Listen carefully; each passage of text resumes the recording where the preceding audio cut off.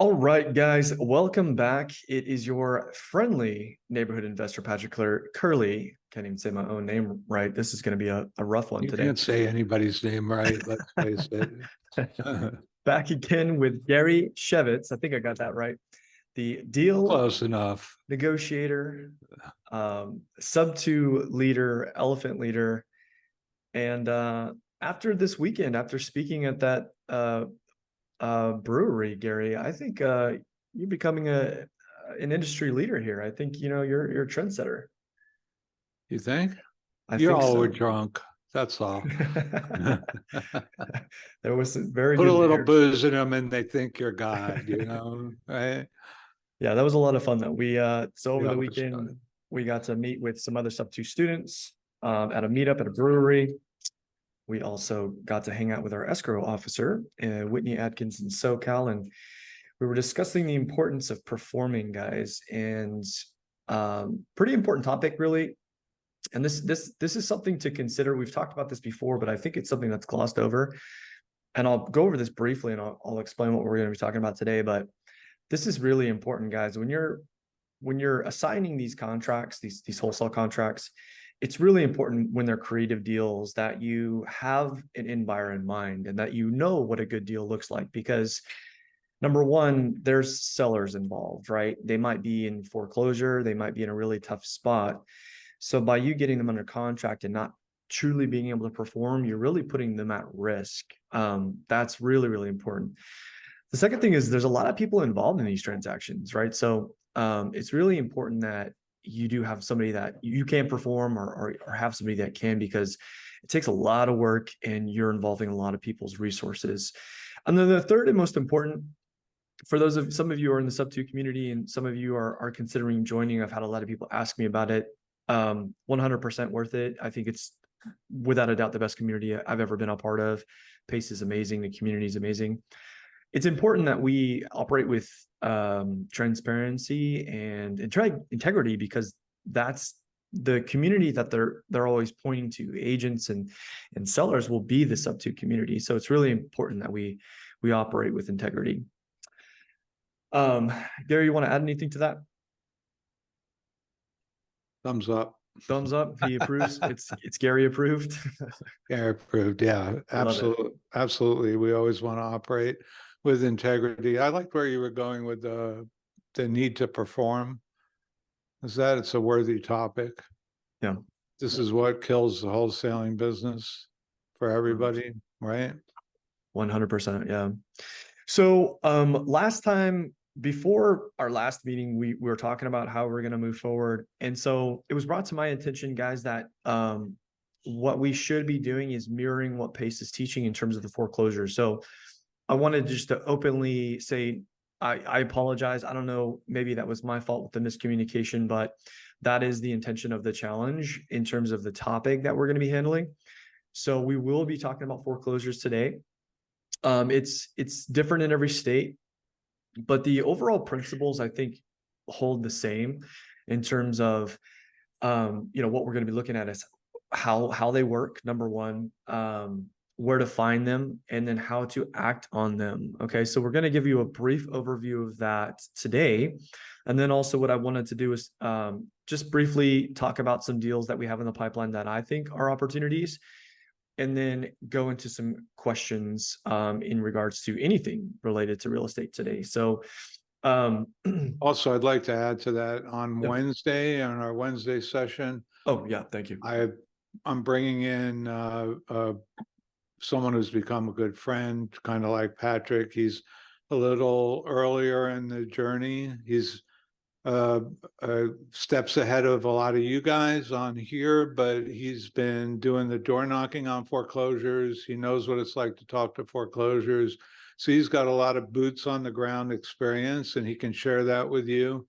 And, he's, like I say, more of a journeyman, if we're going to use that metaphor.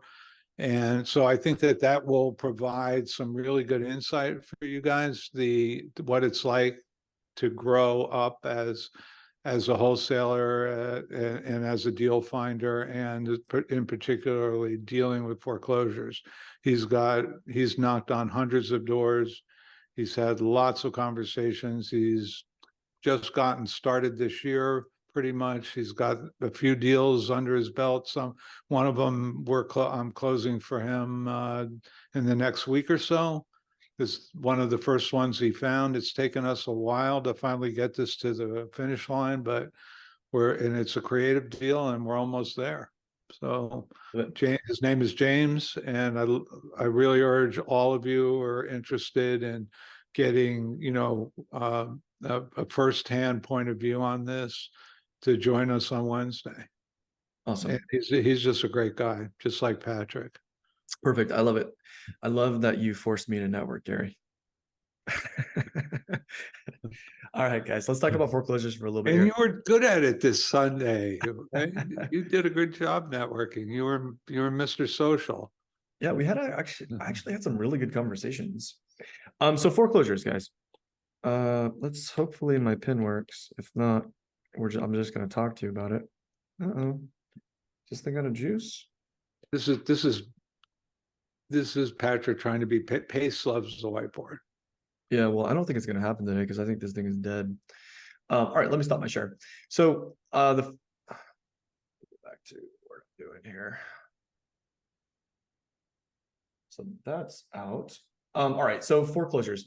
So there's basically when somebody defaults, right? That's the term that you're going to hear. Somebody who is unable to pay their underlying debt, their mortgage, they are in default, right? And so what happens is they're going to get what's called a notice of default, right? And that notice of default is going to give them a window of time. Now, so in my opinion, I think the main mistake that people make when it comes to foreclosures is they start calling on notice of defaults, and there's a large window of time. So they may have the resources or the time to get themselves out of that situation. So the iron's not really hot at that point, in my opinion. So you have a 3-month window of time for notice of default. Now, at that 3-month window, when they cross that threshold, then it's called a notice of trustee sale. And this is when there's an impending auction date coming up, right? So generally you have about 3 weeks at that point. And in my opinion, that's really when you want to start reaching out to them, okay? In that 3-week period of time. And so what Pace has said in previous Zooms and challenges, and from my experience, is a lot of these people, they want to save their homes, or they don't have the resources to do it, but they just don't want to deal with it. We call it ostrich syndrome or ostrich mode, right? They're burying their head in the sand and they don't want to deal with things. So it's important in that 3-week period of time to make yourself known to them, to get on their radar. And then it's really, really important, guys, within the last 48 hours of that auction date to be calling them and really on top of it, either knocking the doors, texting, calling, making sure that you get a hold of them and make contact. What we just started recently doing with the acquisitions business that I'm running in California is we now have, and this is something that's standard on a normal phone, but we use a CRM. We have what is it called? V tags or V contacts, where it's basically a V file, where they can save it to their phone. So on that initial call, it's really important to build rapport, have a lot of empathy as to where they're at in their situation, and have answers as to how to help them in that situation, but then also stand out and have them save your contact information so that when you do call, they pick up. Really, really, really important, guys. So at a broad level, that's essentially how the foreclosures work. You have the notice of defaults, and then you have the notice of trustee sale, and then there is an auction date. Now, you can get extensions for them to push out that auction date, and you're just going to have to kind of talk with the seller and or agent to figure out what that timeline actually looks like. That was a super, super basic overview, but Gary, do you have anything that you want to add to that? Yeah, after I'm done choking. Yeah, look, that's kind of the basic timeline for foreclosure. Depending on the state, that gets elongated a lot, especially that notice of trustee sale. In California, that they can delay them and delay them and delay them and delay them just because they haven't perfected what the trustee is trying to perfect in making sure that they've covered their butt on all the notices and all the paperwork. So these they're constantly putting a stake in the ground, pulling it up and moving it a month or two. And so you sometimes you have a lot of time. Sometimes these things go on for years. Yeah. It's crazy. Sometimes they go on for years because you know what? The bank really doesn't want to foreclose. In some cases, they're so averse to taking the piece of property that they just let it go and let it go and let it go. What's really important is that we teach you how to approach these people. And Patrick said something really important here with the ostrich effect. People, when financial calamity like a foreclosure starts to happen to people, they have similar reaction to as the some of you probably have heard of the grief cycle. You know, the first cycle is denial. And Right. unfortunately, some people never get out of denial. They've got their heads in the sand, and some of them will actually go off the cliff. We've seen it. We've watched this happen. It's heartbreaking when you're here. We'll help you out of this. We'll get cash in your pocket. We'll at least, you know, get you find a place for you to live, and so you're not on the streets. And yet some people just don't believe it's going to happen, and off the cliff they go. It's sad. It's really sad. So remember, when what we're trying to do is help people. So I was just gonna try to post a quick document for you. Yeah.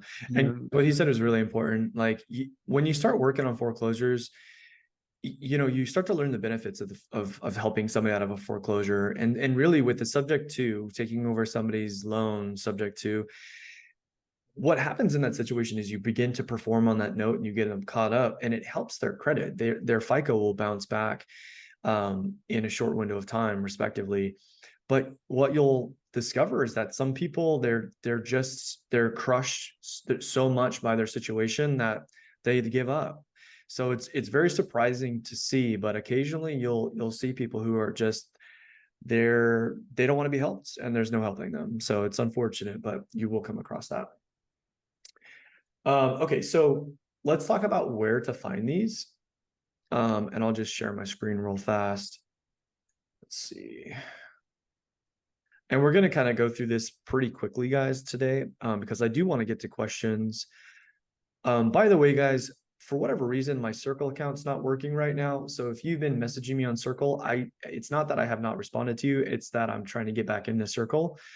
I do apologize about the delay. However, if you have submitted deals in our pipeline, we are on top of them. There's 3 that we've qualified, and we're going to be communicating with you about those deals. Okay. Okay. So how do we find foreclosures? So most of you know where I'm buying. If you're new to this, yeah, by the way, if you're new, type new in the chat. If you've been here before, type fam. I'm curious to see who we got here.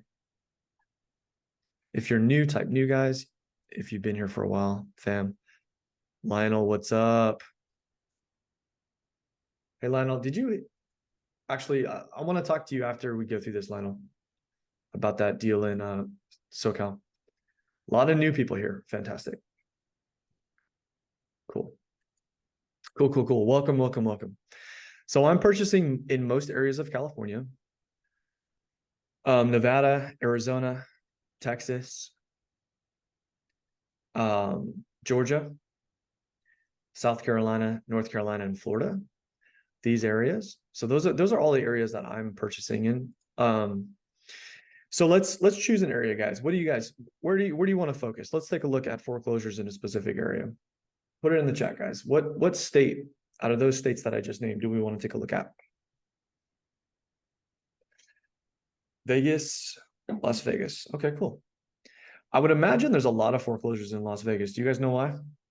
In the chat, why do you think there's a lot of foreclosures in Las Vegas? Gambling, there it is. Exactly. All right, so I'm just gonna put in the city and state here. And then from here, I'm gonna go into quick filters. So the first thing that for me, what I wanna do is, it really depends on what you're targeting. I'm not personally, I'm not necessarily interested in wholesale deals in Las Vegas. Excuse me, cash wholesale deals in Las Vegas. We only do cash wholesale deals in California. We are only focused in those areas for cash wholesale deals. So I want to be very specific with how I set my filters up. Now, if I was focused on cash wholesale deals, I might do like 80% equity, 70 to 80% equity or above with a foreclosure, because then you can probably get a wholesale deal out of that. But what I want to look at here is my mortgage. First, I'm going to look at my mortgage information, and then I'm going to choose an interest rate that's 5 or below. And the loan type, I'm going to go conventional, FHA, VA. You know what? I'll also do unknown. And then so from there, we've got the mortgage information. Now, you can really go, I mean, if you wanted to do a broad list, you could. But if you wanted to do low equity, that's another choice. Let's take a look at what the list looks like if we're, let's go pre-foreclosures. And then what we actually want to do is pre-foreclosure bank owned information, and we want to do recorded date, or actually auction date. So from here, I'm going to go, let's see, auction date would be within this month. Oh, actually we're in the end of September. So I probably want to go. So 3 weeks from this point, let's just say 1, 2, 3. So we're going in here. Let's see what we got. No results. Does that change anything? No. I'm not getting any results here, Gary. Am I auction date? Recorded date. Let's do that instead. Let's reset this real quick. Actually, let's reset. I'm trying to get a document shared correctly, and Yeah, no problem. I'm just struggling here. You and me both, buddy. All right, let's go. Patrick, your dates were backwards, buddy. Try doing it again, but with your dates the other way around. Thank you, sir. On the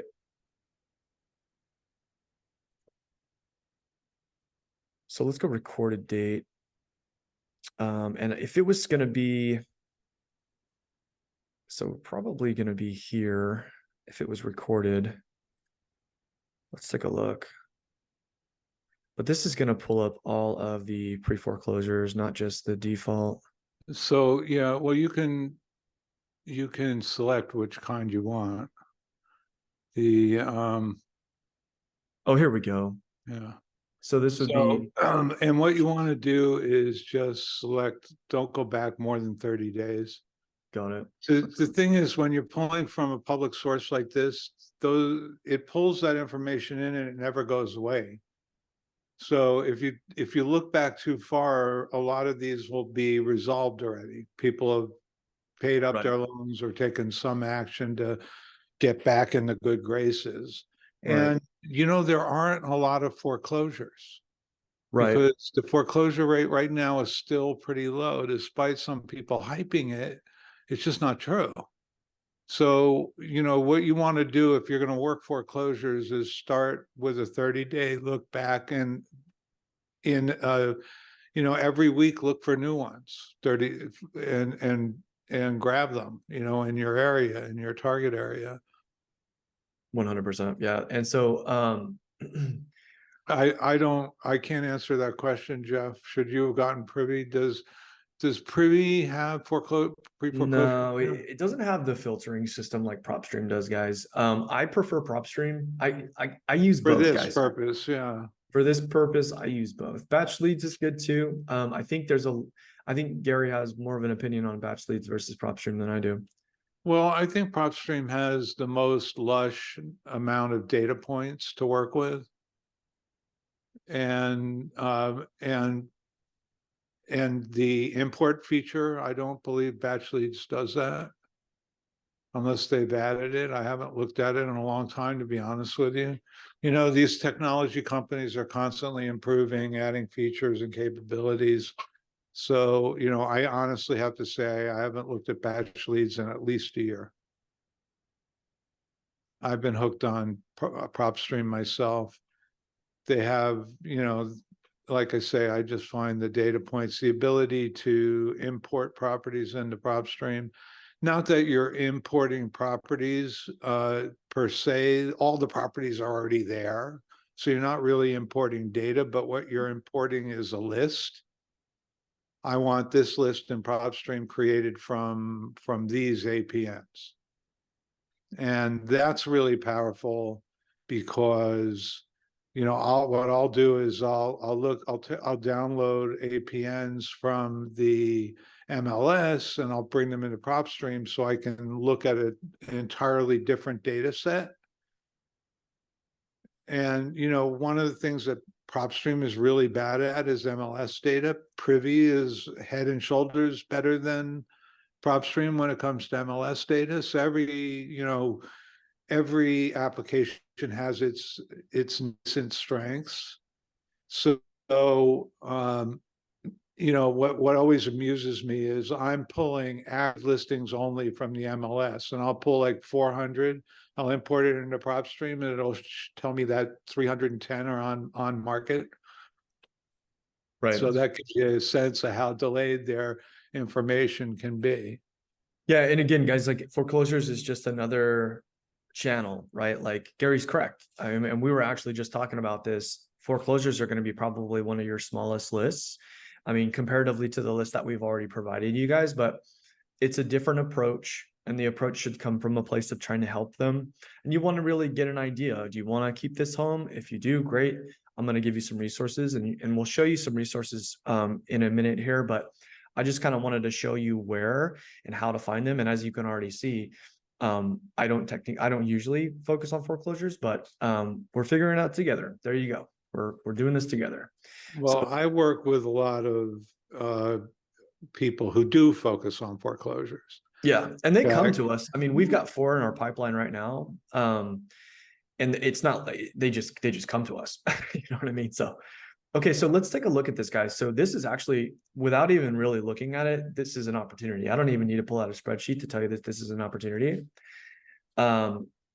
So let's take a look at this estimate is, we'll just use this estimate. It's not always correct. Usually it's a little bit high in my experience, but we'll use this as an asking price.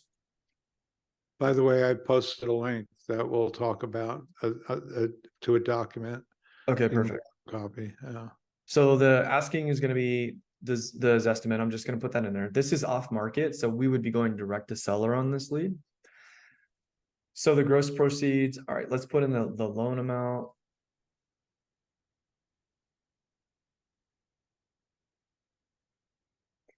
And you guys have access to this once you fill out your information in the team link. I'll link that in a moment here. This is why we need one more person in the Zoom to link that stuff. Oh, actually, you know what? I have it over here. But anyways, let's take a look at this. So asking price is $245. Again, that's the estimate. I'm just assuming that, you know, when you talk to sellers, they're going to say, well, I got it appraised at this number, or if you look on Zillow, it's this number, right? And so generally what I'll say, there's 2 responses I'll give to direct to seller. When they say the appraisal, I'll say, yeah, you know what? I acknowledge that. And they're probably right. Who knows? But I can tell you this. If you sent 3 appraisers out to a property, they're all going to come up with a different number. And the number that I'm giving you today is the one that I can perform on. Right. So that's how I would approach that. And if a seller says, well, Zillow says it's $1 million, I'll say, I understand that and I can see that. And the way that Zillow works is off what's called aggregated values. And it's basically taking values from all around that neighborhood and giving us an average. However, it doesn't reflect the current condition of the home, the year it was built, and it doesn't follow appraisal standards. So the number that I'm giving you today is a number that I'm confident that is fair and that I can perform on. So that's how I address those when they come back with that. Okay. Okay, so again, asking price is $245. We've got gross proceeds at $221. There's an open loan at $190, and then the net to seller, if they were to sell on market at that price, would be $30K. Okay, so assuming this is retail ready, which by the outside picture, it doesn't look like it. I would be willing to give them 30K if it made sense. But in this situation, I'd have to take a look at the pictures, get an idea of where they're coming from, and then maybe offer them anywhere from 10 to 15K based off of the numbers that I'm looking at here. Does that all make sense, guys? I would assume this loan, because this loan is at a 4.42%. And their estimated payments are set 978, which is really, really low. I don't know what I can rent this for.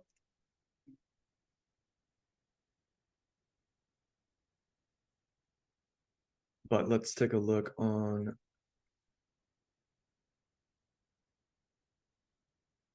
I used my birthday as leverage and got login credentials for this for free from Mike. I said, Mike, I want a birthday present. And he said, what do you want? Give me your credentials. So we're 2 beds, 2 bath. And then you could also use Trulia. You guys don't have to pay for this. You can look at Trulia. Sometimes Zillow will have the rents. So I'm looking at 1,100 square feet. So I'm going to go max 1,300 square feet. I don't want it to go over. And it's just going to give me, again, aggregated values. So I'm looking at like $1,300 a month. So, probably not going to cash flow, to be honest. So I don't know if this would be a deal or not. I'd have to actually plug in all the numbers and underwrite that stuff, but possibly. And there might be an in buyer, somebody who wants to pick this up as an actual resident. So I think this would be a potential deal that I would look into. All right, guys, any questions on that? I'm looking at the chat here. Gary, you see any questions? Yeah, I've been trying to keep up Could with you it. pad split this property? That's a great question. Las Vegas is a pad split area. For those of you who don't know what pad split is, oh, look, it's up here. Obviously, I've been looking at it. Pad split is like, I joke around and I call it like the new Airbnb. It's single occupancy rentals. Go ahead. It's more of a rooming house approach. Right. It's definitely not an Airbnb, but I call it the new Airbnb because it's like the new fast growing strategy, and it's single occupancy rentals. So in other words, you're taking a 3-2 and you're turning it into a 5-2, for example. So this would be a conversion, and they'll show you the difference in cash flow or gross rents. And you can calculate and use this website. So there are specific areas in which they drive traffic. In other words, they are using ad spend. They're spending money to market these locations so that they can get people into your property.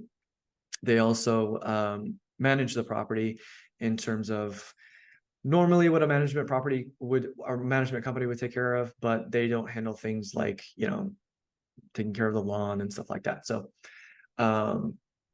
yeah, this is a valid exit strategy in this area. However, if we take a look, it's a 2-2 at 1,100 square feet. I don't know exactly how many rooms you'd be able to actually frame out, but maybe, you never know. You might be able to add another room in there to make it a 3-2, and then it would be an opportunity. But you would also have to 4-2, even better. if we could make it a 4-2 with, do you think you could fit 4 rooms in 1,100 square feet? Depends. Well, Maybe. living room, dining. It just depends on the floor plan. Yeah, we would have to see pictures of this, but quite possibly. And the other thing that you want to consider, we're going off on a tangent here, but that's okay. Tangent Mondays is the neighborhood. You want it to be like in a C-, B- type of neighborhood. And looking around here, this is definitely that case. I'm seeing prefabs. So I think this would be a perfect place for a pad split. No HOAs for pad split. Let's see. I doubt there's an HOA here. Yeah, I don't think so. Oh, there is an HOA. So this probably wouldn't work as a pad split. Okay, any other questions? Depends on the nature of the HOA. Hey, would you consider this as two broccoli stalks or one? Like it's with the same one? Okay. I gotta change this. For whatever reason, your volume and your audio is hard to, I can't make out what you're asking. I was looking, I'm like, what is something? Yeah, audio's rough. All right, cool, thanks. If you want to type your question in the chat, we can answer it. I definitely want to make sure we answer your questions. Or get a different mic, I don't know. Okay, guys, does this make sense so far?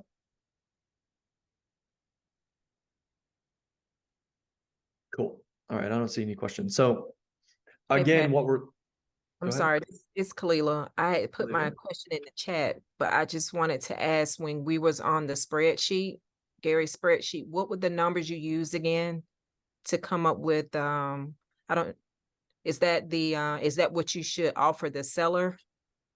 Not offer the seller, but what this 30,325, what does this number mean? I see it says net to seller, but I'm just trying to figure Yeah. out this part of the spreadsheet. So this Yeah, is this is just to note, this is a little piece that Patrick added for his own. It's not part of the base spreadsheet.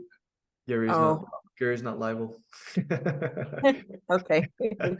If it can't pronounce names, it's not my fault. Yeah, exactly. If anything in the cells are spelled incorrectly, it definitely came from me. So this is just a hypothetical, right? Because we don't really know anything about this property. Mhm. This is under the assumption that it's retail ready. I highly doubt that's the case. I can almost guarantee you're probably going to spend 10 to 15K on this house just getting it ready. And if you were to pad split, you would have to spend money framing it out and getting furniture and stuff like that. But if we were to break this down, this is the Zestimate that I'm going off of, which again is definitely not the values.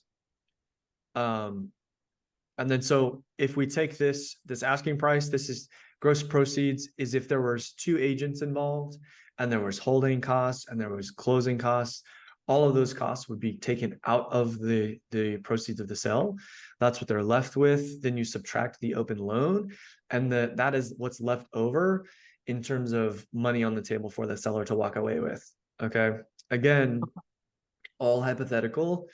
We would have to agree on this first, which is their asking price, right? And that would be reflecting upon the condition of the property. Okay. Okay, I was just trying to make sure I understood fully what all of this meant. So the $30,000 yeah, what go goes ahead. to the seller after everything, the entry fee and everything is taken out of the asking price. That's based off of these numbers. But like, so as an investor, right, like I want to be into this property at 10% of the retail value. So I wouldn't want to spend all in more than $24,000. That's me personally. So I think 24K would be like my top line. And that's, arrears, that's reno, that's closing costs, cash to seller, that's everything, right? If I have to spend more than that, it's probably not going to be a good deal for me. Remember, with these creative deals, when we're assuming loans, or seller carryback and creating notes for that matter, we're always asking ourselves, how fast can I get my money back? And that's what we refer to as cash on cash return. Okay. Now, this isn't a cash deal. Why? Well, if we take a look, the loan balance is at 190, right? So let's assume that this 247 is the actual number. Remember, we want to purchase this at anywhere from 60 to 70% of ARV. So if we scroll over here, let's say their asking price is, we'll say 200. Right, and then their asking price is 200. And let's say that this needs a full update. For this price point, I'm probably going to spend $30 a square foot. So we'll just say 40K.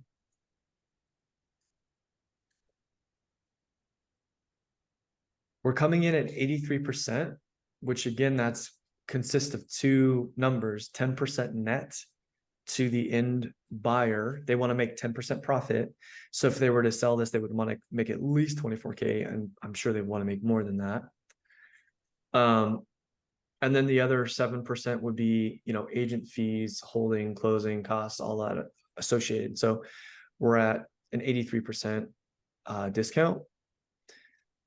And so we probably want to make, honestly, on this small deal, maybe $6,000 as an assignment fee. That's pushing it. So we would have to buy this at 157.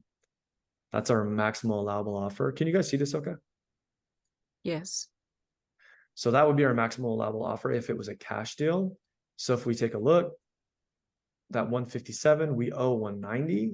So that cash offer wouldn't even be able to satisfy the mortgage. And that's why this wouldn't be a cash offer. Gotcha. Cool.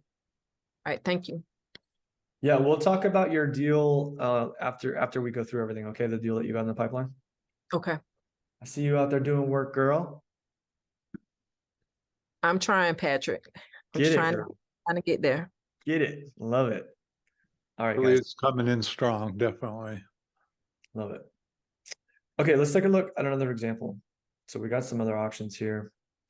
This one, by the way, the one that we just looked at, the auction date was, so it was recorded, the notice of trustee sale, you can see it here.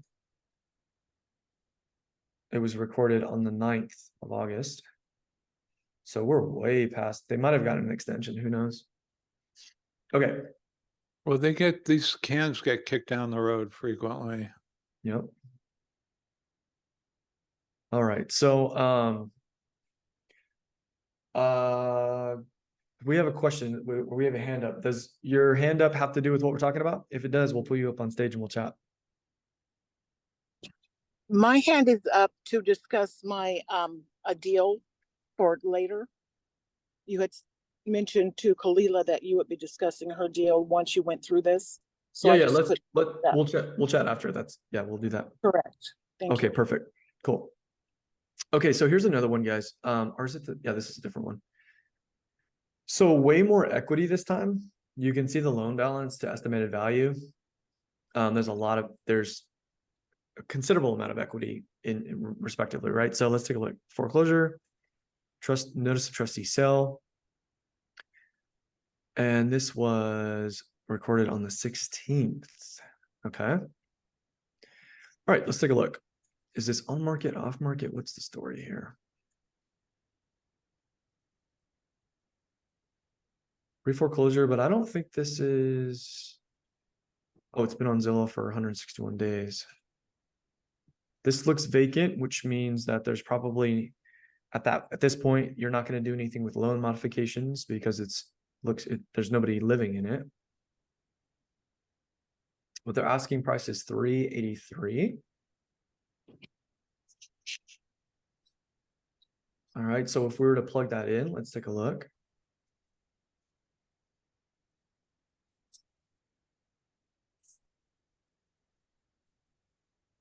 Oh, I'm doing this incorrectly. Yeah, the other thing is, are you doing the sub-2 loan correctly? Well, I don't want to melt any minds, so I'm not putting that in right now. Well, the thing is that it's important because of how much money it actually contributes to the, getting the loan balance correct, but you're using it from propstream, right? Yeah. Yeah, so a side note, guys, propstream isn't always 100% accurate. At the end of the day, you want to ask for a mortgage statement when you're working with assumable creative finance deals. Okay, so we have an open loan. We're at 196. All right, so let's plug that in. Paste. And so there's $149,000 of equity here. So in this case, we would do what's called a hybrid. If we wanted to assume this, I think we would have to assume it. Let's see. Let's take a look one more time. Mortgage information, 2.7 FHA. Wow, that's fantastic. So the obstacle here is when they have a lot of equity, usually they want a large down payment. So the problem with that is, again, you're not going to have the cash on cash return that you really want. We want to be in at like 35,000 max on this deal. Yeah, I wouldn't be going after this one. I'd eliminate it as a creative deal for potential cash flow. And that's based on, Because they should be able to, the best option for them, since there's that much equity potentially, is to sell on market. and if we were to take a look at this in terms of a cash deal. Oh, I just put that in there, didn't I? ARV, we'll just say it's 400 just to quickly go through this. If we were going to do repairs on this price point, you could probably get away with $40 a square foot, 45, but you have a pool in the back, so that's going to bump things up. I might actually go $60 a square foot on this. So we're at 1,600 square feet. I mean, it has terrible color scheme, but it wasn't built that long ago. It's Yeah, only, over 20 years old. it does need an update. Paint and maybe a flooring update will go a long way. There's no accounting for taste. The green has got to go. Air Sea Rescue green never works inside the house. So if we were to budget $75,000, we're looking at, I would probably want 12K out of this if I were going to assign it for a cash deal. So our MAO should be 245. And that's why this has been sitting on the market for this long, because they're just not going to say yes to it yet. So that's why it's been on the market, but that's what I would offer, somewhere around 245 for this. Cool. Oh, Mike Mathias is in the house. Matthew. Matthias. You didn't. Matthias. What's up? Sorry, I'm late. You did that on purpose, right? I did. Because you're just terrible. I know, I'm horrible. I Hey, Mike, can you do me a favor, brother? What's up, man? Thanks for hanging out with us. Can you post some of the helpful links, the opt-in for the resources for these guys? Yeah. For those of you who are new, if you haven't already filled out this sheet, this will give you access to the spreadsheet. It'll redirect you to another page so that we can communicate with you about opportunities. And then it'll give you, just more information on how to do all this stuff. So check it out. Okay. Any questions, guys? So let's talk about talking to foreclosures. Did everybody get a copy of that PDF? Here it is again from my drive.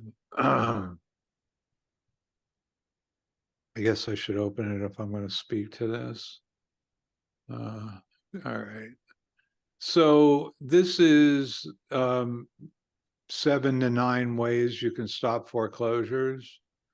So when you're calling foreclosures, the worst way to approach them is to say, I want to buy your house. This is just, you bring forth some empathy. What do you think most people want to do about their foreclosure? Anybody have an idea, guess at that? They want to keep their house, right? Save their home. Thank you, Kalila, for being sharp there. Save the house. Of course, people want to save their house.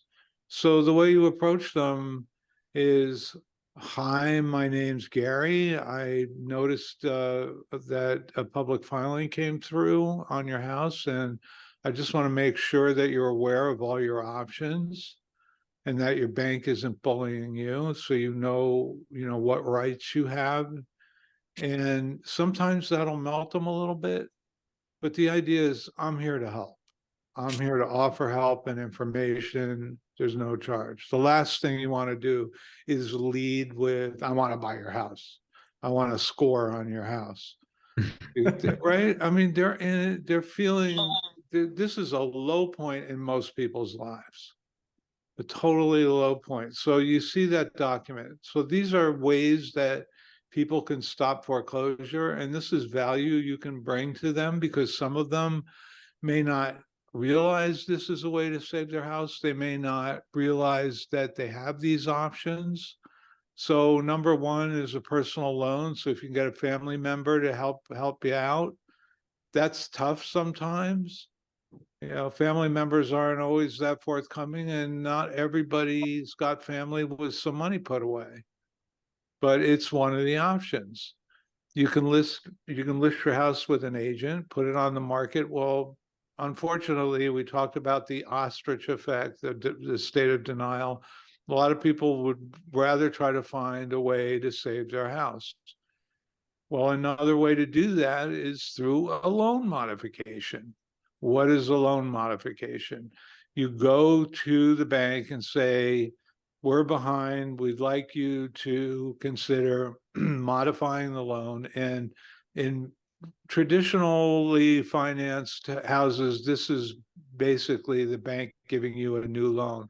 What they'll often do is take the outstanding balance that you owe and tack it to the back of the mortgage. In the case of FHA loans, there are other options. There's what's called a partial claim, where the FHA, if you're eligible, will actually pay your cover the interest owed and such, and they'll put the principal on the back of the loan, and you won't have to pay it until you've gotten through the bulk of the loan.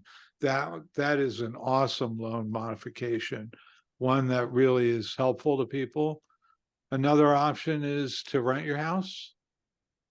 Well, if you can't afford the mortgage, maybe it's time for you to downsize, find a smaller place to live and rent it to cover the mortgage, and or even give you a little profit if you've got enough equity.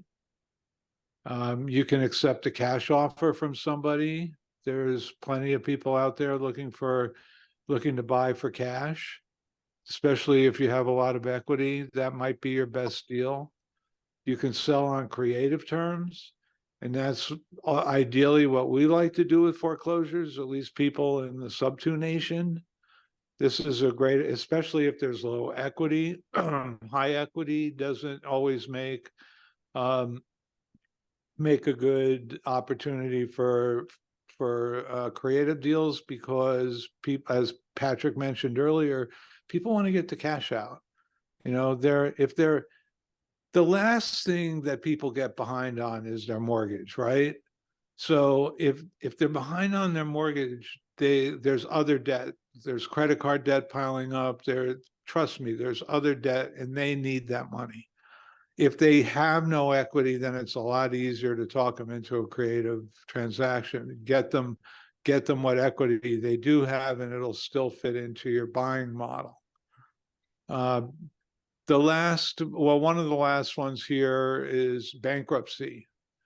It's okay to tell them that filing bankruptcy can stop the foreclosure process dead in its tracks, while they get a chance to reorganize and see if they can deal with their creditors. But never, ever, never, ever, ever, never suggest that they go file a bankruptcy or help them file a bankruptcy, because you would be engaging in the unauthorized practice of law.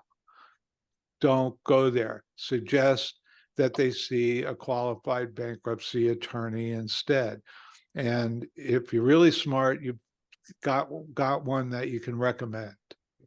So create a relationship with a bankruptcy attorney if you're going to pursue foreclosures, so you have somebody competent you can recommend to them. Another option would be a novation, especially if the house needs work. This is a more advanced approach. If any of you have seen the show called Unsellable Homes with the two twins, the two women in the Seattle area, this is what they are.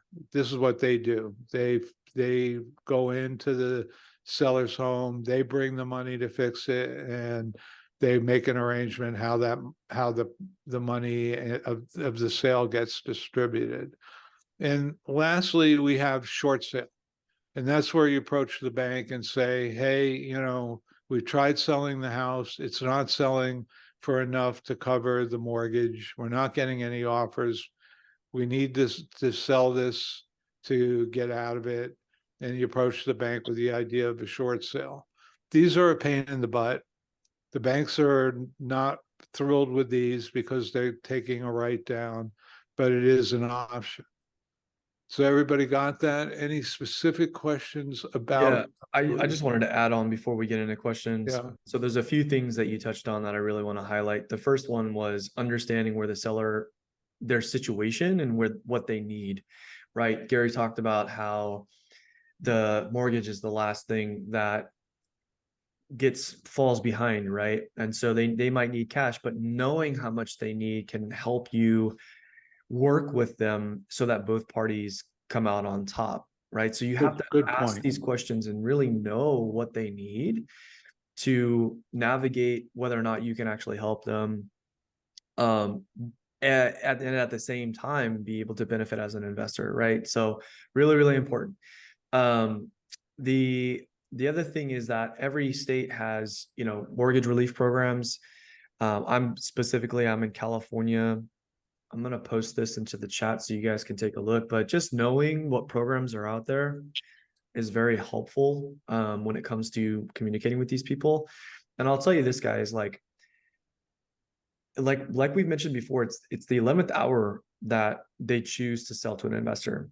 They've run out of options. And if you're the one there helping them through that process and giving them resources, they're going to have a different listening of you, and they're going to want to work with you as opposed to somebody else who doesn't care about what's going to happen to their home or what situation they're in, and they're just seeking profit.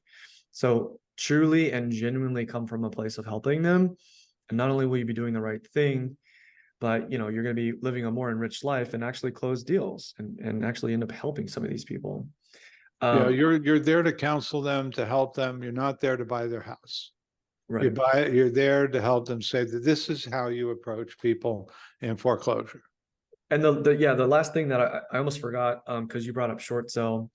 I've had experiences where, I'm talking to, there's an agent involved, and the agent wants to do a short sale, and there's low equity, right? And so they're either not familiar with or very closed off to the idea of creative finance because they just don't get it, or they just don't have it in between the ears to understand it, and they don't want to communicate that to the seller.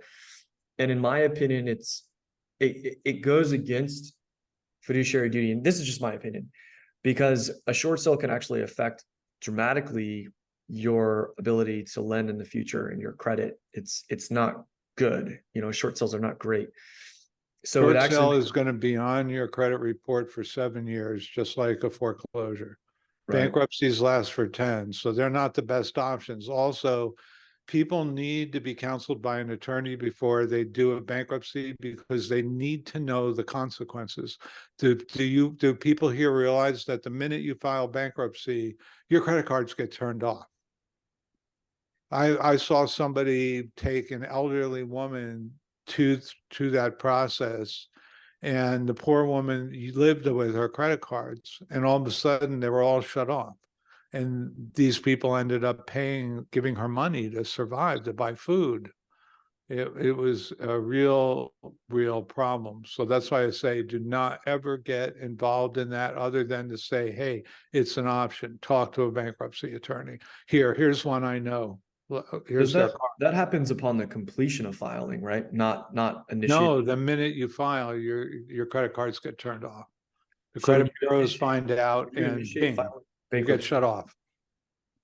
So you could be in the middle of filing for bankruptcy and they'll shut everything off. As soon as the filing hits, it goes to the credit bureaus, and all the creditors will shut you down.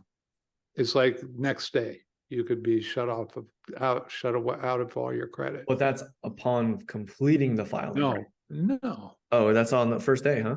Yeah, Wow. just filing, because remember, now you filed for bankruptcy, you basically, they're instantly issued a stay on pursuing you in collections. So all creditors are, okay, creditors, stop. You cannot pursue this person. Wow, I So didn't know. why would any creditor in their right mind let you keep charging? Think about it.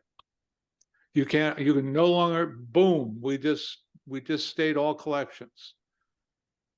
Then, step back, Mr. Creditor, Mrs. Creditor. You cannot collect against this person. So yeah, instantaneously, practically, you're going to be closed off from all your credit.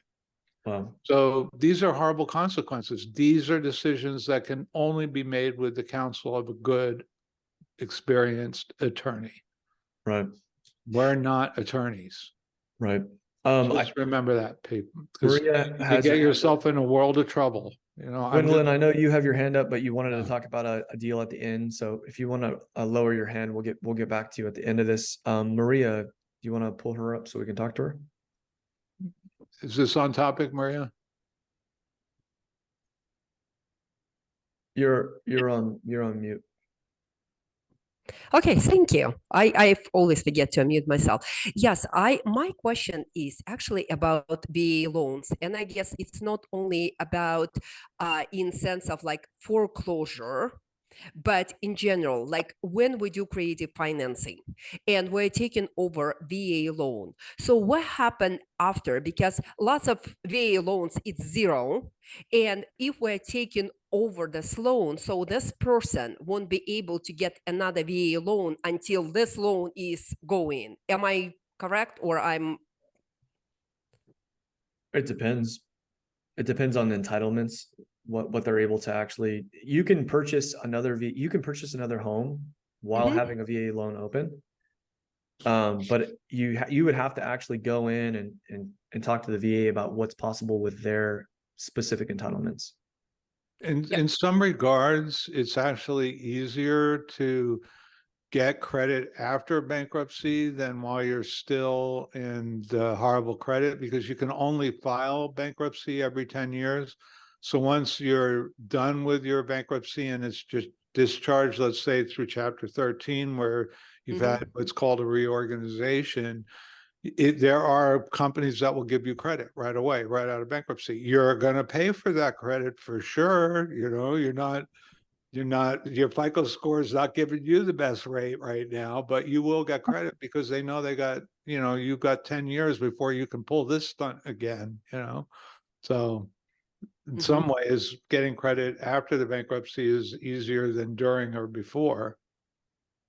Yeah, makes sense. And, like working with foreclosures, I've been in foreclosure situation in 2008.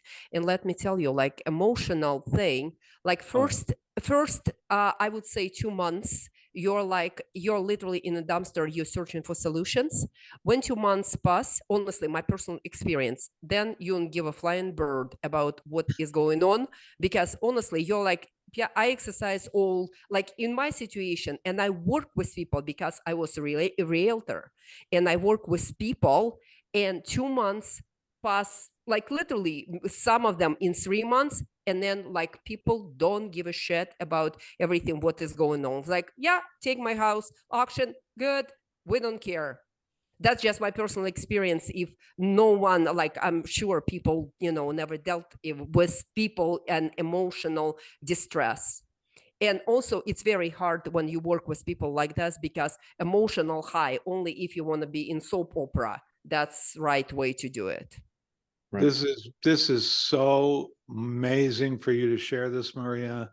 This is your personal experience you're sharing. People, it doesn't get more real than this, right? Thank you so much. You're amazing. You're amazing that you step up to share that. We love you already, Maria.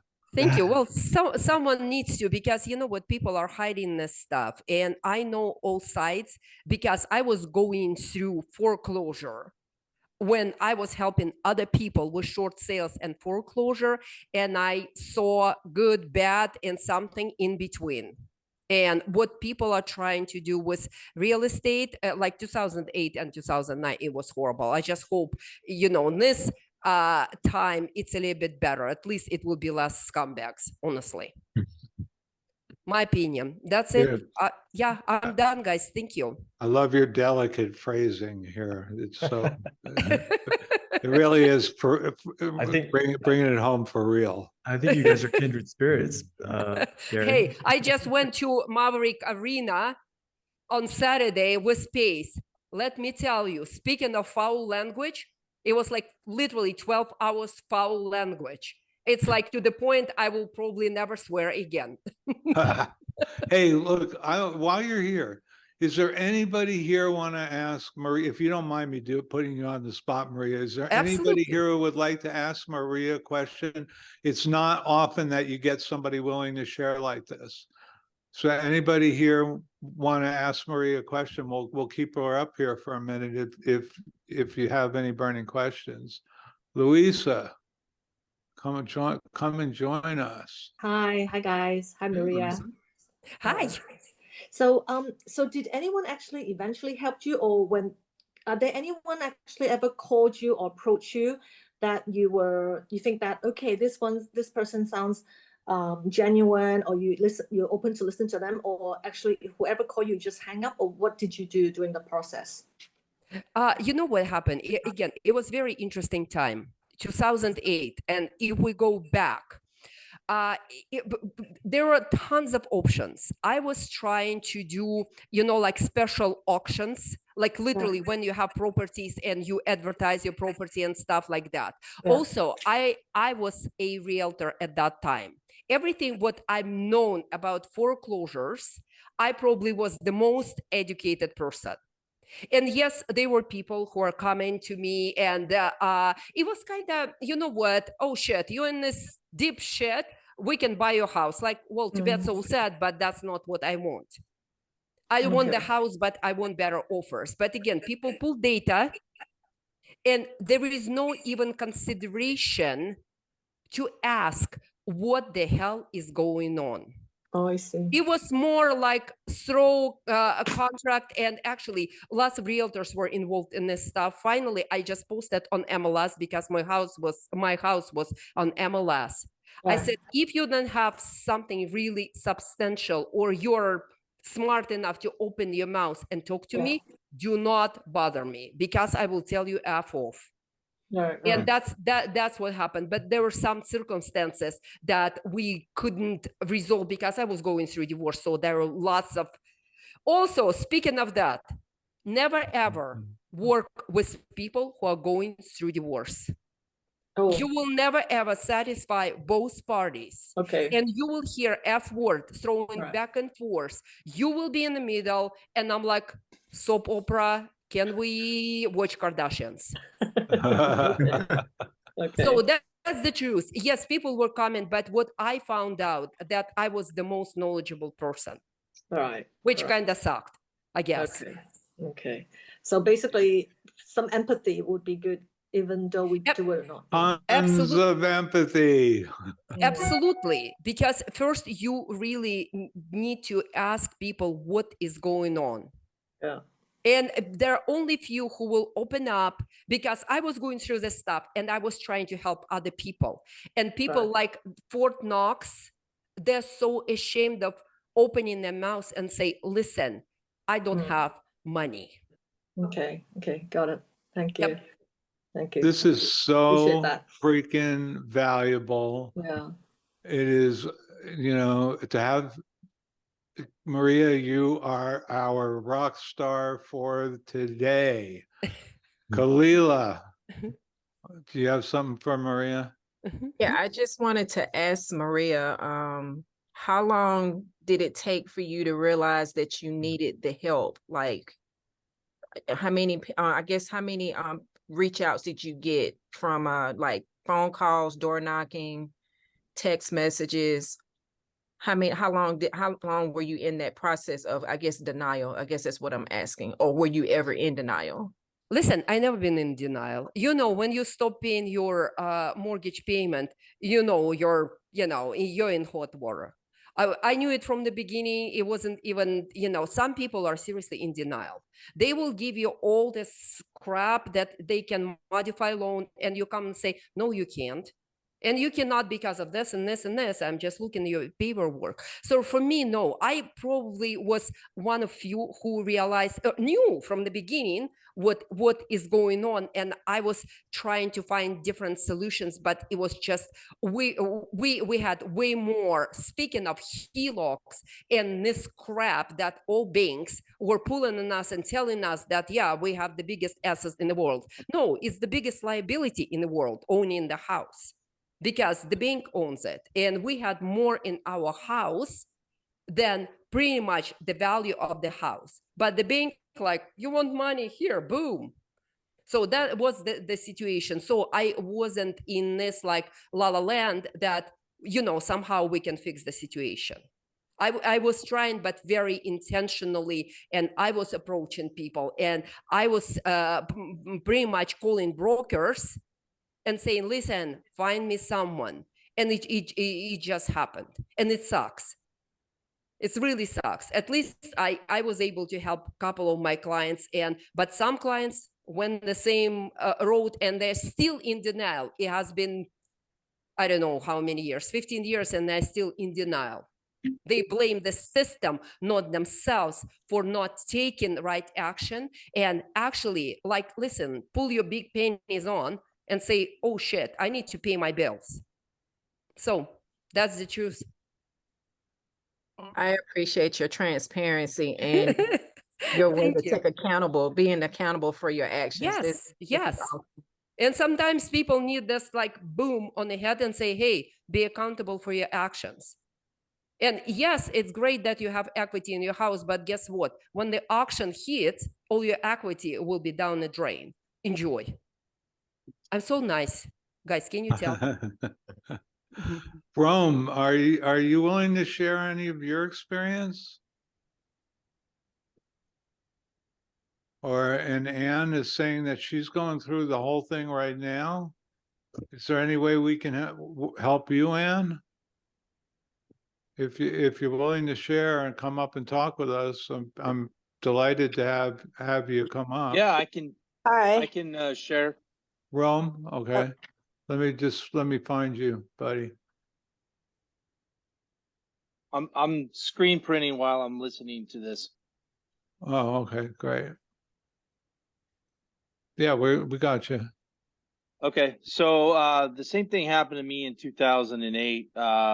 My ex-wife and I, we were going through a foreclosure, and it we didn't really have a lot of options, and we didn't, we would have pretty much done anything to be able to keep the house. However, that wasn't the case. It was just a matter of, we were bombarded with, we'll buy your house, we'll buy your house, we'll buy your house.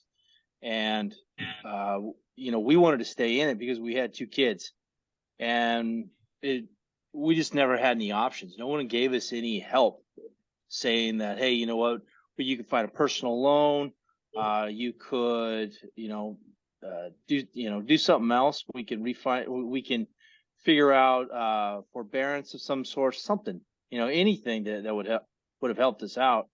And there was no help. So 2008 was pretty harsh on a lot of people and their houses, and I just wish that there would have been someone to help us out, but there wasn't. And we eventually lost the house. We had to move in with her parents for, say, about 4 or 5 months, and then we were able to go find another house and rent that. So it was inconvenience for a little bit of time, but yeah, I mean, this is one of the reasons I want to get into real estate and help or get into foreclosures, because I want to be able to give that experience to these people and say, hey, I'm here to help you out. I'm here to at least try and help you with the situation that you're in, and give them my story, and hopefully it'll work. I understand exactly what Maria was talking about. That's why I was like, oh wow, I feel like I'm going back to 2008. So yeah, it's humbling. It's something to where I wish it would have never happened, but it did. And I'm better for it. I own 2 houses now, so I'm happy. I mean, life still moves forward.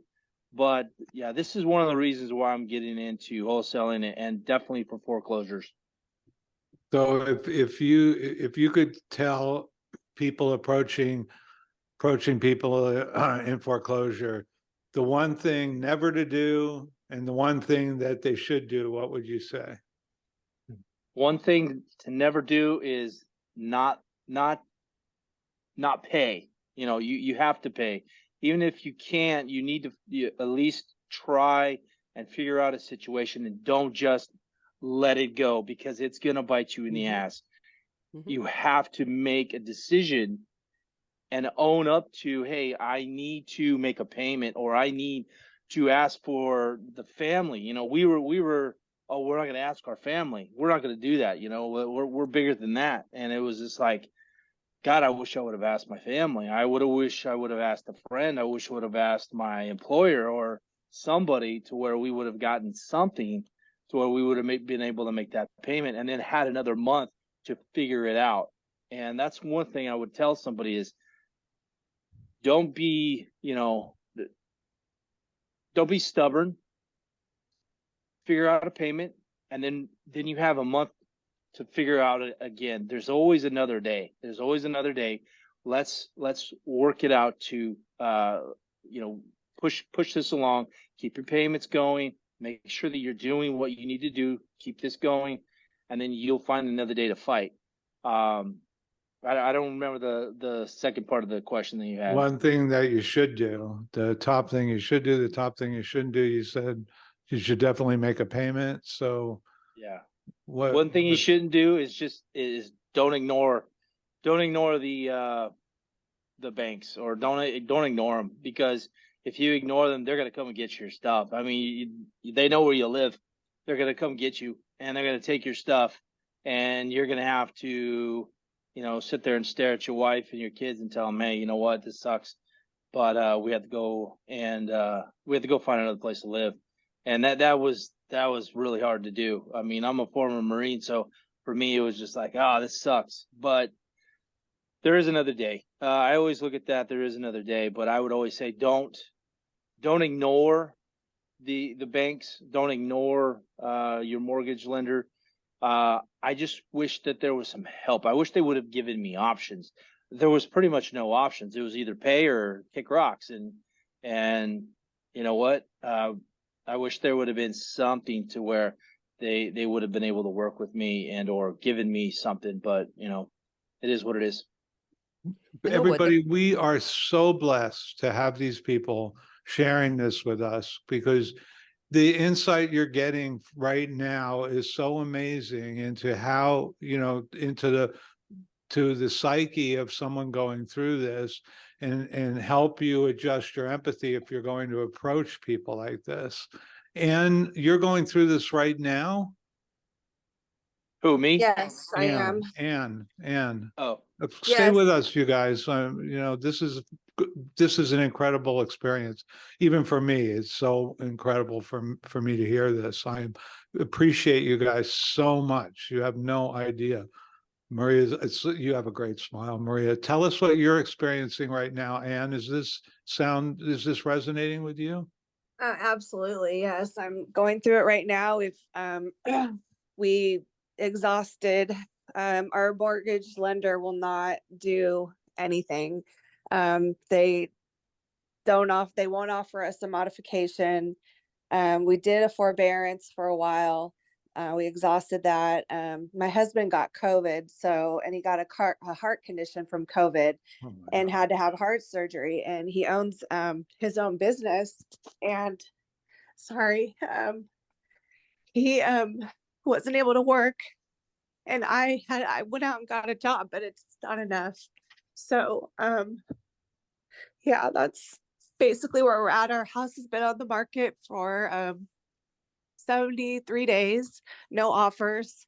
I'm hoping to get one today, actually. And we're waiting on the California mortgage relief people, but we made a big mistake in the first place that got us in the situation. So by refinancing to get some cash out and accepting a interest rate that we thought, oh, we'll just refi in a 6 months later and get a better interest rate. But then all hell broke loose with the interest rates and just kept going up and up and up. And so we weren't able to do that. And now our credit shot from, having to not being able to work and all this stuff. So that's how we got here in the first place. But And can I so ask when you, we have did equity, did you apply for a loan modification?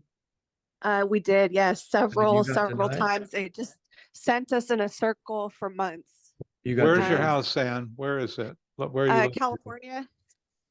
Hold on a second, Gary. Let me finish my train of thought here. Sure. And so you got denied from your loan modification. Yes. Did they give They you a did. reason as to why? They gave us several reasons. First, it was we made too much money. Then it was we didn't make enough money. They just sent us in circles for Okay, months. They would never. I Then know they this for said, sure. "Oh, our loan modifications don't lower your interest or your payment," and that hasn't been my experience in the past. I've had a loan modification back in 2008, where it did lower the interest rate and your payment, so where you could keep your house, but they said nope. From my understanding, it's your legal right to have a loan modification and a fair review. So this sounds like this may be a legal issue. I'm not a lawyer, but from my understanding, that's your legal right. So I think. Well, they did technically give us a review, but I mean, they just sent us in circles for months. So where's your home located? What town? Yeah. Discovery Bay. Where is that? That's in Northern Discovery. California. It's the Bay Area, Brentwood, Discovery Bay, Antioch. Brentwood. Okay. I've been to Brentwood, I Discovery know. Bay a couple times, Yeah. actually. Yeah, I know where it is. Patrick, do you think we can help Ann? Let's talk with Ann offline, absolutely. maybe, and see if any of our I can reach out to my Thank you. lawyer and I can see what she says about this, but I think this sounds like they're not giving you your legal rights here. Oh, thank you. I appreciate that. Sorry, with the loan modification, what I heard is basically they have to show, like say Anne in this case, would have to show that there's an increase of salary or income, whatever, because otherwise they won't think that, because in the first plan you already can't pay it, so they will not. So that's why they're denying her. So there must be a change or something. Yeah. Who's we did speaking that. right now? Louisa, sorry. Oh, Louisa. Okay. Yeah, sorry. We did that because my husband did start working again after his surgery. He's been working for since May, I believe, May or June. And we even included my mother who lives with me in that process, and they still denied it. So, and she makes almost $6,000 a month just to herself. And our payment is almost that much as it is. And they still said no. Can we all, it's Louise again, can we JV with you, let's say Patrick, Gary, or whatever, we all JV with Anne, help her out on this property, but then meanwhile you go and rent out somewhere smaller, and so you can pay off the mortgage, something like that? We're already in another house. We went out and rented out another house, so we're not even in the home anymore. Okay, well then that's gonna make a loan modification impossible. You have to be living. That's true. Yeah. Ann, would you send me a private message in Circle and with your phone number and your email? Yes. And let's see, maybe someone in our network can help you out. Yes, I would. Thank you. Yeah, and I'm sorry to hear that you're going through that. That's really rough. Thank you. I appreciate it. Maria, But did you God have is with any us. words of wisdom that might help Ann get through this?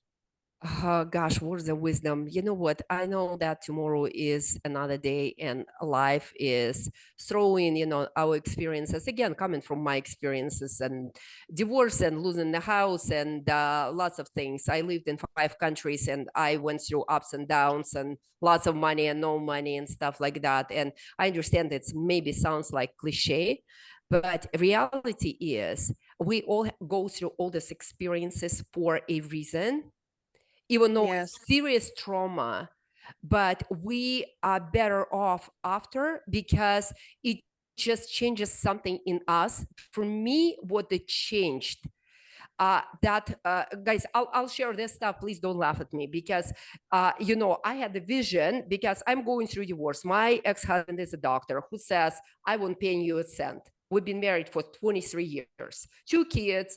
And this man looked at me and said, you know what? I just won't pay you, whatever. And this, whatever. And we're in the process of losing the house and all this stuff. I'm laying in my bed and suddenly I saw a quite crazy vision. I'm completely naked, staying at my gated community. We live in gated community. I mean, doctor's wife, for God's sake. Anyway, I'm staying naked on high heels. I don't know where high heels came from. Don't ask me, just a vision. And my 2 cats, it's everything what I have. 2 cats, naked woman with 2 cats in a corner. And I see cars just passing me by and people just looking at me. And they're kind of, yeah, naked woman, what a big deal. Yeah, it's okay. And I heard God's voice in my head. I'm not kidding, guys. And the voice said, do you think you got less or more, or are the same Maria? And this is it. I was laughing so hard because this vision was priceless. And until this day, it has been so many years, I'm still the same Maria. But I know now, in situations like this, I have a soft word, sometimes hard word, sometimes, someone needs, smack on the back. But reality is everything is changing and it's making us better. And you will go through this stuff and just check. I opened my mouth and suddenly you said it. Otherwise, you would be sitting quietly, crying, and not even sharing because it's embarrassing. And now we have this community of people who might help you, which is Yes. absolutely fantastic. So that's Absolutely. my words of wisdom, if it worth anything, guys. Oh, Yeah. absolutely. And I just sent you my Thank you. email. Gary and I want to help you out. I have a buyer. I actually have a buyer in that area that I know. I've got Ann's information. Hey, everybody, give these guys some love. Maria, Yeah. Rome, and Ann, thank you for sharing. Thank you, Maria. This has Thank you. been remarkable. Guys, there is no way you would get this kind of insight. I mean, I've never personally experienced anything like this. You guys are so amazing. Thank you, thank you, thank you, thank you so much for sharing. And let's see what we can do to help. But a big rounds of applause to all of these guys. And we'll go take some last questions and we'll call it a day. So thank you so much, guys. That was very amazing. I just can't imagine anything more amazing than. Yeah, thank you guys for sharing. We know it's not easy, and it really contributes to this group. So, thank you. Thank you, guys. That was just so freaking amazing. Okay, Lionel, what's up, bro? let's bring Lionel up here. Hey, I just want to comment on the foreclosure stuff too. I used to do foreclosures back in 2008, and I had a lot of conversation with banks. And I just want to tell you guys, when you go out and you approach a homeowner, they know you're not coming to be their friend, and I think the best approach to do is I would just tell them, hey, you are an investor and you are here to see if you can help them first, like with the tools that we have with subto and everything else like that. We didn't have those tools back then. And the first thing that I would tell them to do is to sit down, get a pencil and piece of paper out and write all of your debt down. That means how much the balance is, what the interest payments is, and what the monthly payments are every single month, and the income and the whole deal. Write it down and look at the numbers, because the numbers don't lie. And that's what the bank want to see.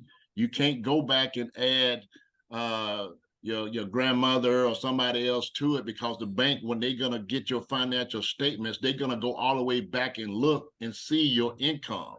Plus, they're looking at your credit every single month to see exactly how you spend your money. So what the guy told me was, he said that number one, they don't want your house. When they loan the money out, they loan the money out with the intention for you to keep that money out for 30 years, because that's the way they make their money. Right. And that loan may have more than one investor attached to it. So when the note becomes default, now the investors is not getting that monthly nut every single month. So now they're not getting their return on the investment. So now what they're thinking about doing is taking that money out, selling the property so they can put that money somewhere else. So that's what the whole thought process is behind that. So I think you have to, offer them, that type of help. Okay, let me show you how to put this together, and I would never tell them to, or even mention anything about bankruptcy, anything else like that, because it puts you into being a financial consultant. And you don't want to do that, especially I live in California, you don't want to do that. But what I did was I had them to write it all down. I had 2 school teachers that their house was in foreclosure, about to lose it, and they lived in a high-end neighborhood. And she didn't want to sign in the yard. She didn't want nobody to know. So I told her the reason why I know, because it was in the newspaper. Everybody knows, all your neighbors know, so she was trying to hide it because she's embarrassed. So when we set her down and did her financials and sent it to the bank, then the bank told her, okay, well, you have enough money to pay us, because they had a $50,000 motor home sitting in the driveway, and the husband and the wife drove Mercedes-Benz, and both of the kids went to private schools. So what the bank told them to do is that take the kids out of private school, sell them Mercedes-Benz, and pay them. That's all that they care about, is that. So if they see you have income, you have the potential to be able to pay them, I don't care what you do as far as loan mod or anything else like that, they will not pass it. And they're going to push you to that sale date. But you definitely need to have that house on the market to show the bank that they're trying to actually sell the property, that you're trying to sell the property. So that's the great advice, great input, Lionel. Thank you so much. I do want to get to Gwendolyn. I don't know. Wait, actually, hold on one second. Lionel, did you have an update about that SoCal property? I talked to him. He was actually getting on the plane. And this was another thing too. Realtors has been called so much by so many investors that they basically pissed off and they just turned off. And I was talking to him and I was telling him, I was like, okay, because I basically used the spreadsheet that you have, and I kind of figured it out now, kind of mastered a little bit. So I talked to him in numbers and I told him basically your seller is bleeding every single month, and you're not doing it. The house is empty, and they kind of moved on from it. And so I told him, I said, I gave him the steps and told him, this is what we do. We'll pay your ass, we'll pay, your closing costs on the seller side, and we'll pay you a full commission, and whatever equity is left over that, we will pay, that type of deal. So that's when he told me that, okay, you guys will do that. Well, how would you do that? I told him, I said, we play by the numbers, we don't buy on emotion, we buy by the numbers. So that's when he told me that there was an additional IRS lien on that. That's the information I don't have, but he said, okay, that sounds better. So let him get back in contact with us. That's why I email you, for you to send that back to him so he can take another look at it. Okay. But so you need me to email him the numbers? Yeah, email him the numbers. I actually kind of went through and kind of filled the whole spreadsheet out and got it laid out based off of what the numbers that I got. Look like he's gonna be having to bring to the table like 37,000 to the table. So it's like, that's no way possible that they're gonna do that. Wouldn't be the first time. 34,588.48 is what they had to bring to the table. That's just on the seller side, not including the buyer side of it. Right. Well, okay. What was, do you remind me the agent's name again? Cedric. Okay, that's right. He's in my CRM. All right, I'll reach out. Yeah. He's in there. Actually, he's ready to go. The house been on the market for 160 days. So I just told him, I said, what are you guys doing? Because capital is expensive now. So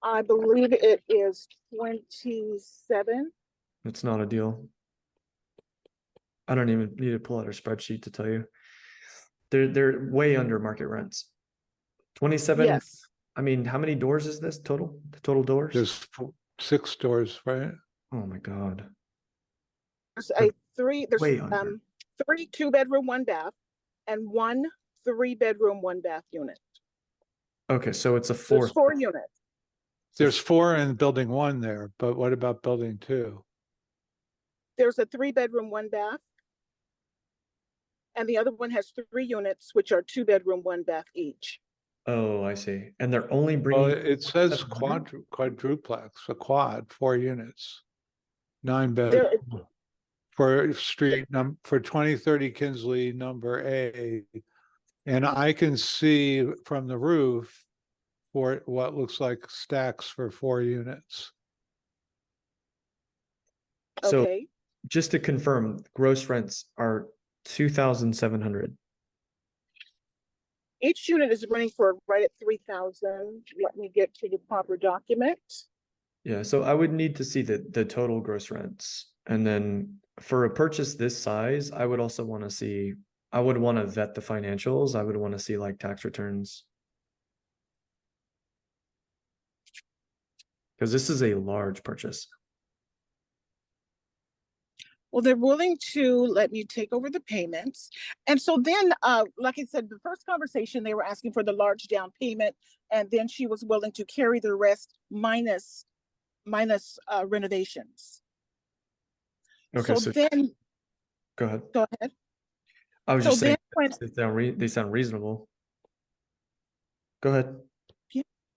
So then when I got a message from the agent, she writes me today and she says they're willing to take $1,817 and then let me take over the payment and take the building as is. Do you know why? So I wrote back to confirm. Yeah. Was that correct? They want $1,817 and then I can take over the payments as long as I accept the building as is. And she said that's correct. Okay. Interesting. Do you know why? Isn't that interesting? I'm sorry? No, I just said, isn't that interesting? This just happened today. I mean, I was preparing myself for the, trying to, 2 payments, 1 to make the mortgage payment, 1 to pay for her for the equity. Because it seemed to me like she was trying to take out half the equity. But you just clarified that for me. Yeah, so they've With only, that down payment. they've at their asking price, let's take a look. Okay, so my only question and when something looks too good to be true, usually it is, right? And so Yep. my 2 main questions would be, number 1, what's wrong with the building? Like, are there inspection reports on this?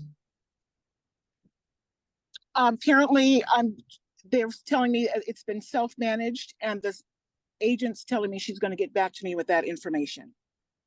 She's getting it from the seller. So I'm planning a trip to Santa Cruz next week. Okay. Got it. Okay, that would be my first question. And then my second question would be, why isn't it cash flowing? Because 2,700 is 2,700? You said 2,700 for cash flow, correct? 27,000. They're bringing in 27K. One sec, trying to get to the right document. Each unit is renting for just at $3,000 a month, or just over $3,000 a month. Got it. So that would be I'm trying to get to my documents here. times 5, roughly 15 and change. Okay.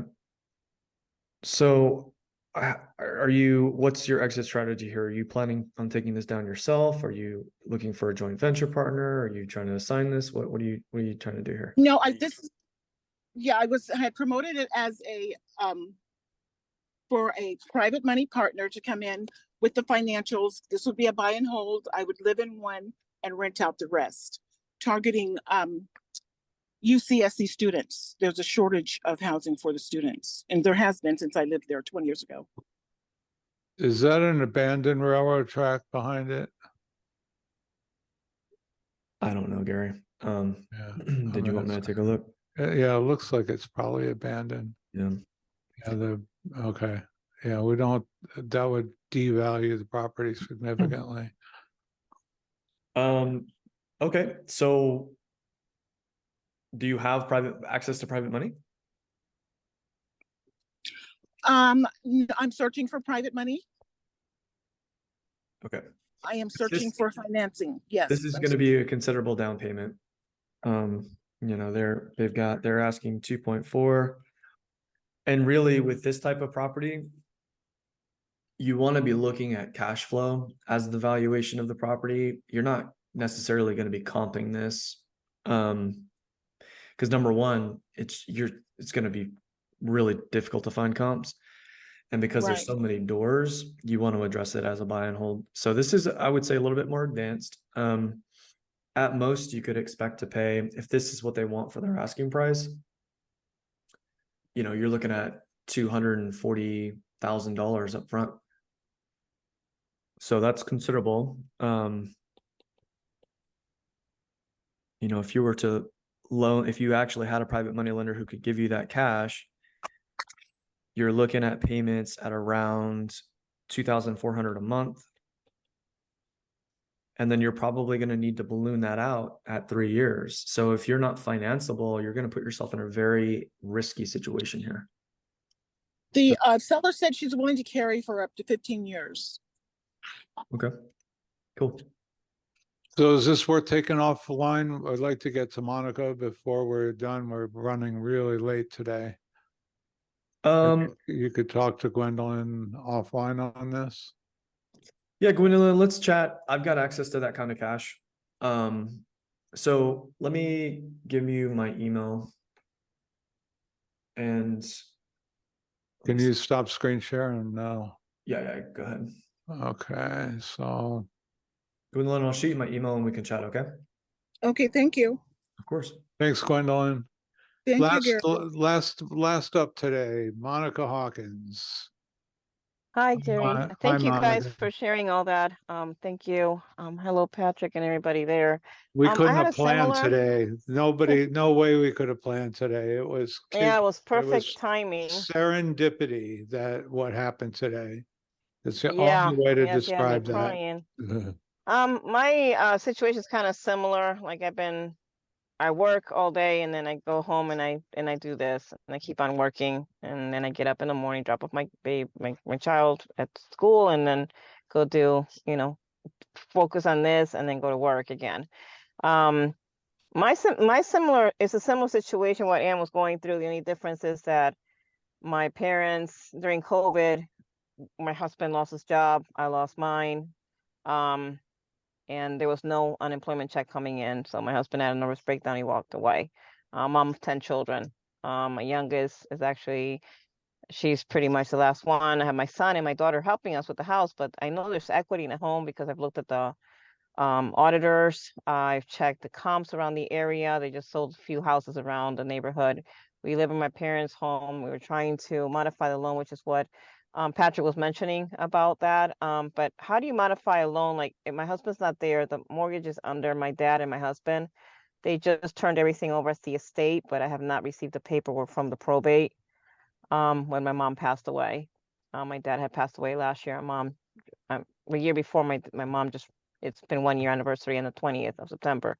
I'm just trying to, there's equity, but the house needs a lot of fixing. Plus, we were making payments, but when my mom passed away, they had a Chapter 13 that they had filed bankruptcy, and it was dismissed after she passed away. I didn't know. I kept on sending the monies to the bankruptcy, to the trustee, and I'm not sure exactly.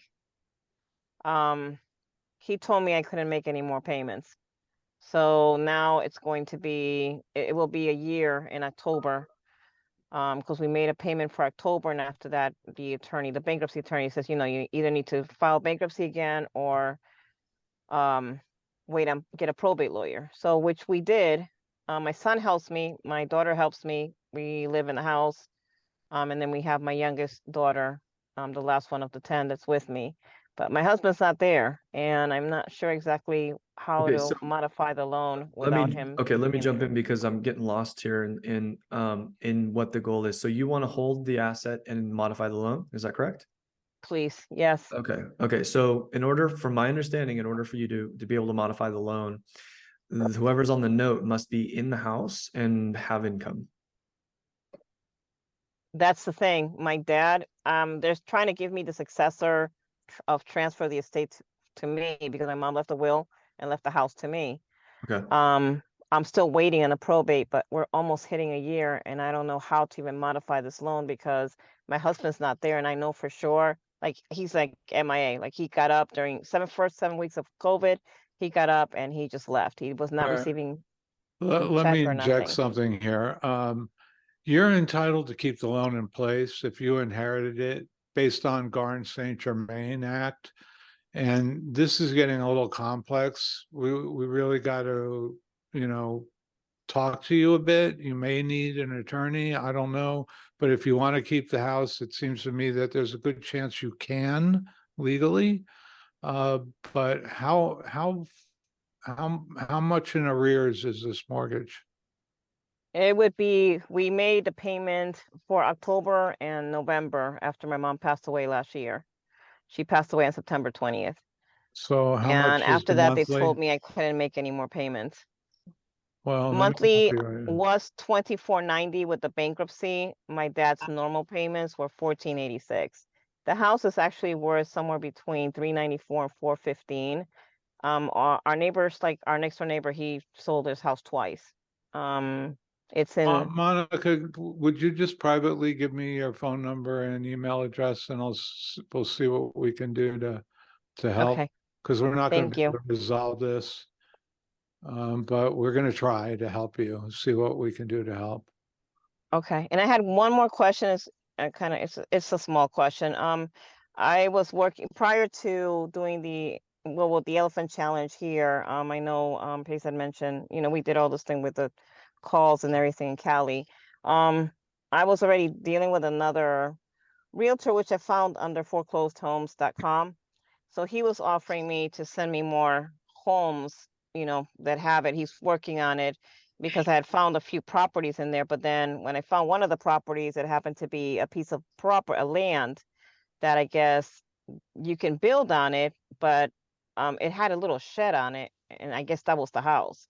I wasn't sure how to go about it because I know you guys gave us a list to make the phone calls for the list that you guys gave us. And I'm trying to kind of work both of them in hand. And I didn't want to lose the realtor. He seemed like he was trying to help me and he understood the concept of everything that we're doing as creative financing.